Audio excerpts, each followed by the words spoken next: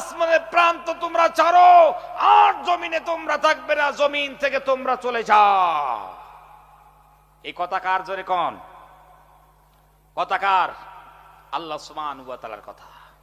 ভাইরা আমার, সূরা রহমানে আপনারা খুলি দেখবেন আল্লাহ কেমন ধমক দিচ্ছেন আমাদেরকে। ফানফুজু, গেট আউট, আমার ভালো না লাগে পালাও, এখানে থাকবি না, আমার জমিনে থাকবি না, আমার জমিন থেকে তোমরা বার হয়ে চলে যাও।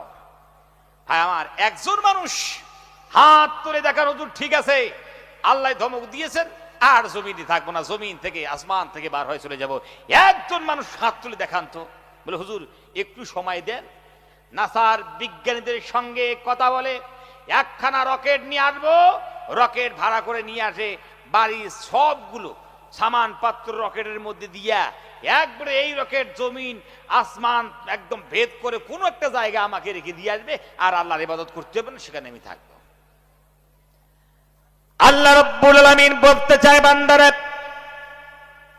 তোমরা কি জমিন ছেড়ে চলে যাবে?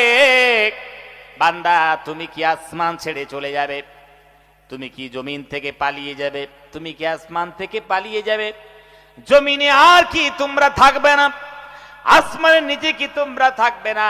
আমার ইবাদতের ভয়ে তোমরা কি পালিয়ে যাবে? বান্দারে বলো তো, তোমার ধারণা অনুযায়ী তুমি যে রকেটটা ভাড়া করে নিয়ে আসবে, বান্দারে তোমার সামান পাত্র সব দিয়ে রকেটে চড়ে থাকবে, এই রকেট জমিন থেকে টেক আপ করবে, জমিন থেকে টেক আপ করার পর তোমার ধারণা অনুযায়ী জমিনের প্রান্ত ছাড়বে, আসমানের প্রান্ত ছাড়বে, কিন্তু বলো বান্দা ল্যান্ডিং কোন জায়গায় করবে?